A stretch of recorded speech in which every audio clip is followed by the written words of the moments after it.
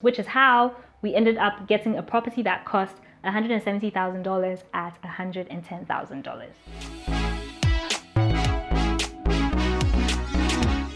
Hi everyone, my name is Amoaa. Welcome to my channel where we cover all things real estate related in Ghana, business growth, and developing your best self. So I was able to save $60,000 on a purchase of a one-bedroom house in cantonments that I made for a client. Okay, so I work with my clients to find property in Ghana, to buy, sell, rent, decorate, all of that fun stuff. This is why I'm able to have this conversation with you today, because I have experience in the real estate market and I understand certain things that you can do to help you save some money. So I'm going to be walking you through all of that. So I was able to get this $60,000 discount using 4 tips that I'm about to share with you. After which I will tell you exactly how I use these 4 tips in this specific case, down to the tiniest detail, how I use a combination of these tips to get this discount. And then I'm going to give you 6 additional tips that you can use to get even more discounts on your property purchase. At the end of this video, I'm going to be giving you a bonus tool that you can download and use on your property journey to help you save some money. Okay, so definitely stay with me to the end of this video so you don't miss out on that. So let's get straight into it. The first thing that you want to do when you decide to buy the property is to have a budget. Now you would think that this would be the first thing that most people would do, but then a lot of times I talk to clients and then they don't have a specific budget that they're working with, or a lot of times they have under budgeted because they didn't factor in so many other things. You want to include all of the costs that you're going to be incurring before, during, and after the purchase process. A lot of people typically don't include a lot of the after costs, okay? So they only factor in the specific cost of the property and then forget to add on the additional costs that will come. The maintenance fees, the service charges, utilities, the documentation fees, stamp duty, legal fees, all of these costs that come with purchasing a property, sometimes a lot of people leave them out. But you really need to factor these into your budget so that you know exactly what you're getting yourself into financially, and then you're clearly aware of whether or not this is something that you can afford. Having a budget is going to help you determine what type of property that you should go in for, what type of locations that you should be considering, and it helps you clearly define your non-negotiables and then the things that are just wants for you, which makes it very easy for you in making decisions based on numbers and not just emotions. So it's really important that you have a clear-cut budget that lets you know exactly what it is that you're getting yourself into. Estimating all of these costs beforehand can get a little overwhelming and tricky. So what I can do to help you is that at the end of this video, I will share a budget sheet with you that you can download and use to organize your numbers and all of that to help you on your property journey.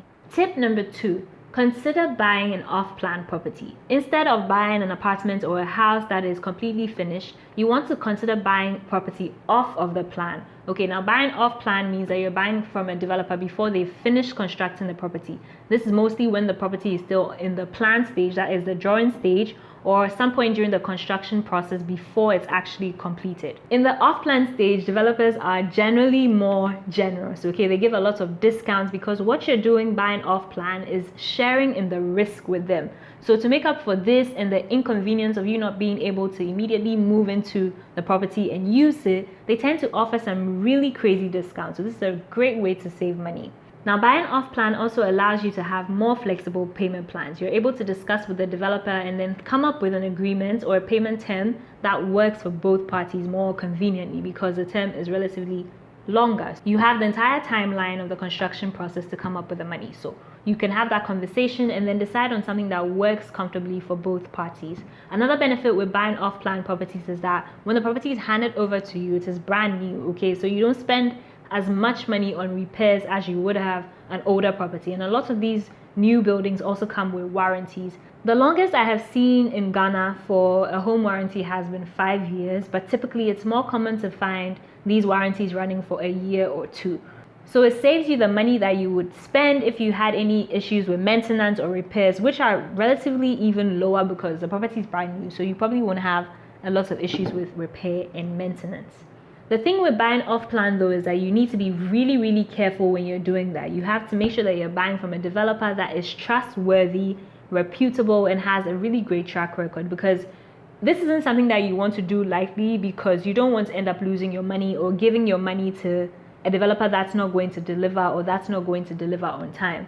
So you want to really take your time to do the research and make sure that you're working with a credible person that will not take your money and blow it. So I would advise that you work with a real estate professional on this, or with somebody that has extensive knowledge on the real estate markets in Ghana, okay?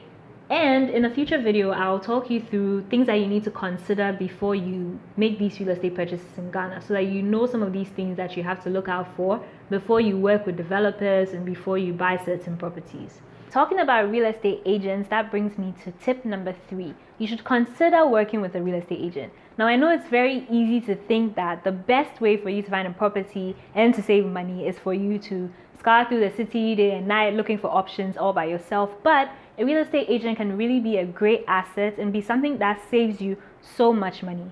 Real estate agents have a vast network, okay? So they have vast network connections.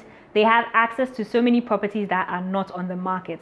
A lot of times, real estate agents find out about these off-plan properties before they're actually on the market, because they already have established relationships with these developers. So a lot of developers come to real estate agents for advice on marketing and strategy when launching a new product. So a lot of times, if they have trusted agents that they work with, these agents are most likely going to find out about these properties before they hit the market. They're also able to leverage their networks and their connections to find you properties that are off the market, okay? So properties that are not available on listing websites, available in mainstream advertising.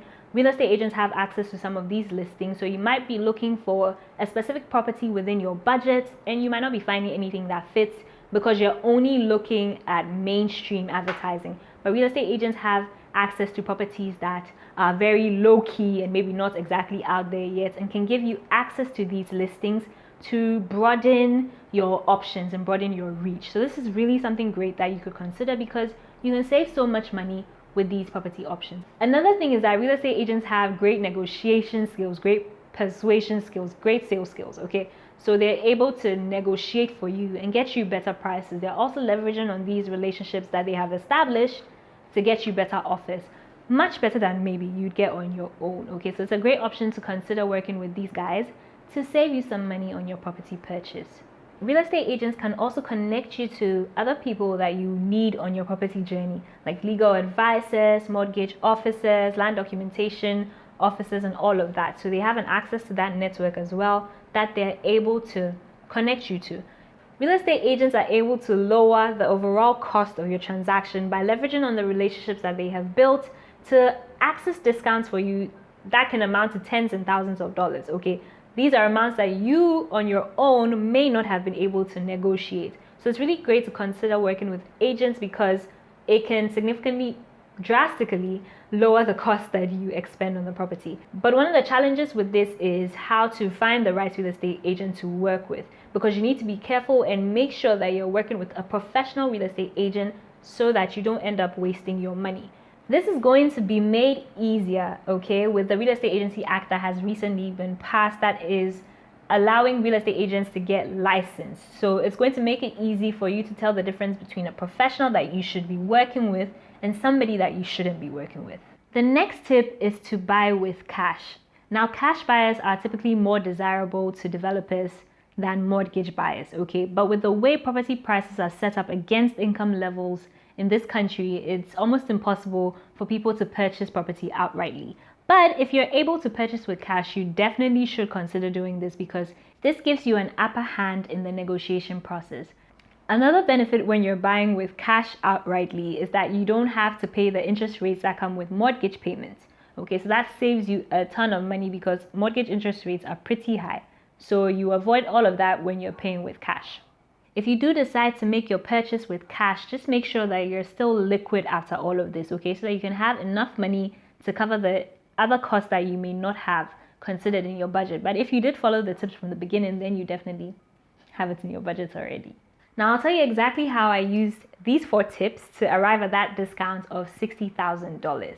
Now, the biggest discount came from buying the property off plan. The sale price for the property as of the time of completion was $170,000 for a unit, the exact same unit that I acquired for my clients in the off-plan stage. This was selling at $170,000, but our sale price in the off-plan stage was $120,000.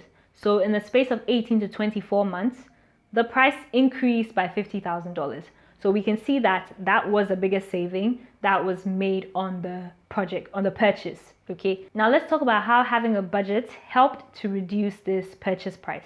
The client was considering a property that was on the 5th floor that was selling at $128,000.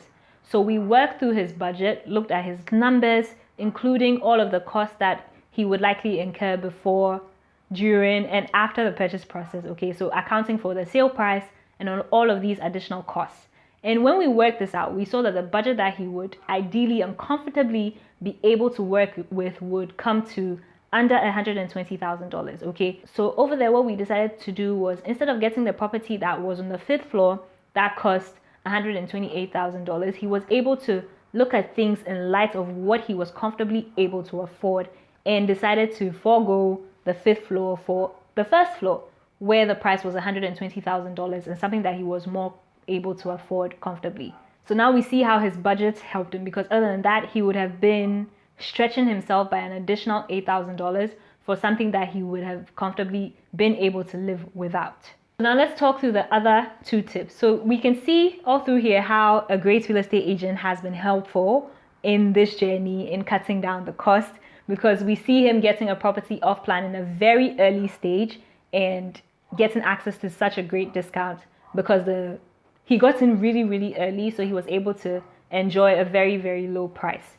Okay, and then we also see helping him make great decisions with his budget and all of that. And again, with the negotiation process, the developer was willing to come down an extra $15,000 if he was willing to pay, was it 60% in cash, 60 or 70% in cash.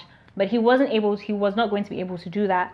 So we structured the payment plan in a way that he was able to come up with, I think, 30 to 35% in cash, which got him a discount of about $5,000 extra. And his very tough negotiator, his real estate agent, was able to negotiate for an additional $5,000, bringing his entire sales cost to $110,000, which is how we ended up getting a property that cost $170,000 at $110,000. If you're interested in this lovely apartment that we have been sitting through, it's a 2-bedroom apartment that is located in Cantonment. It's renting at $2,400 monthly, inclusive of service charge. So if you're interested in renting this space for long term, preferably, but even if it's for a short term, let me know. You can leave me an email over here, and I'll leave it in the description as well. Just leave me an email if this is something that you'd be interested in renting.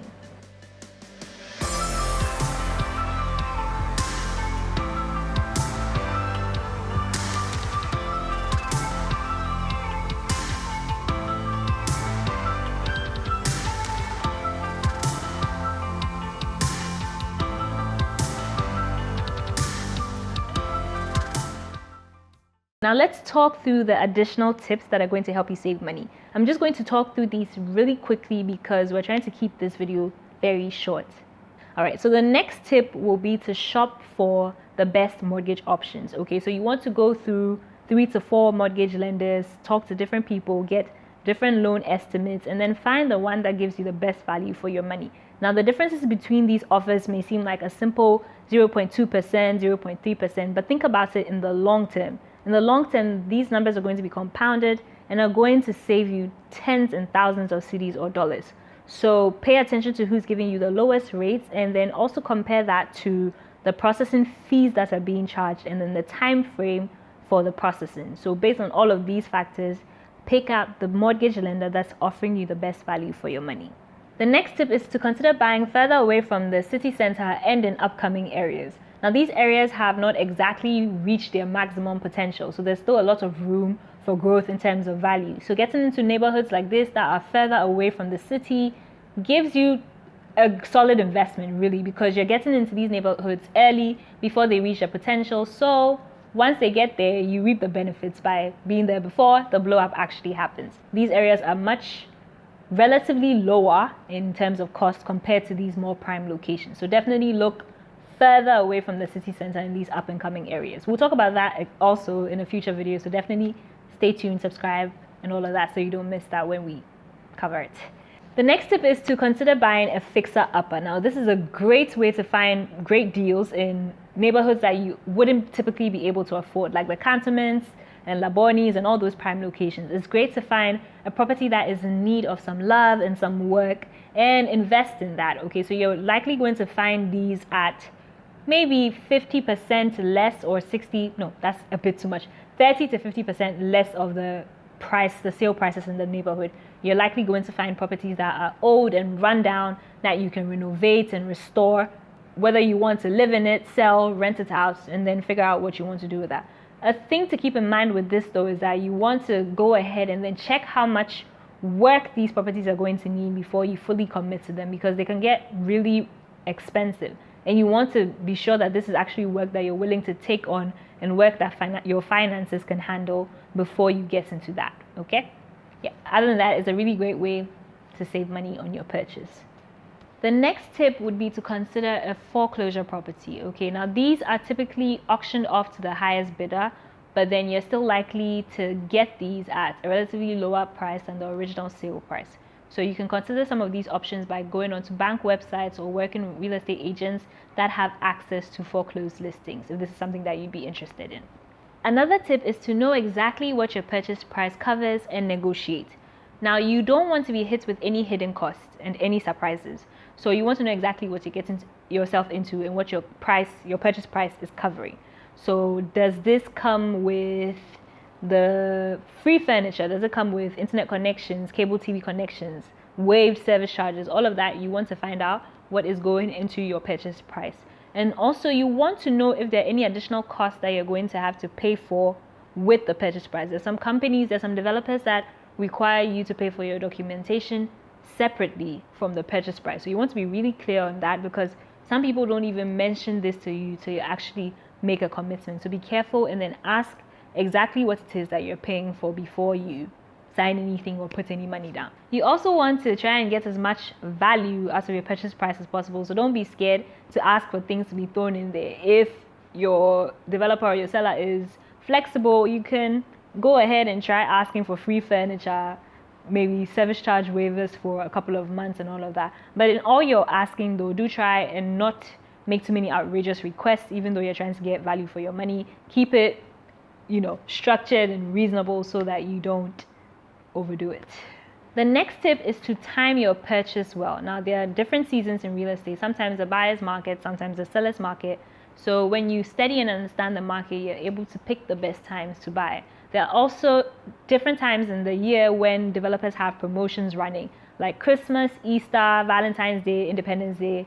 Just study the developer that you're interested in. Maybe they have seasons where they run promotions and you can get some of these properties that you're interested in at relatively lower prices in these seasons. So just time the purchase, study the markets and then time your purchase well so that you can get a lot of value for your money. If you got value from this video, definitely leave a like and share with your friends and family that may find it interesting. I have left the link for your freebie in the description below, so definitely click on that, download and access the budget to use on your property journey. Hopefully I see you in my next video. Have a beautiful day, a beautiful week, and an amazing life. Bye!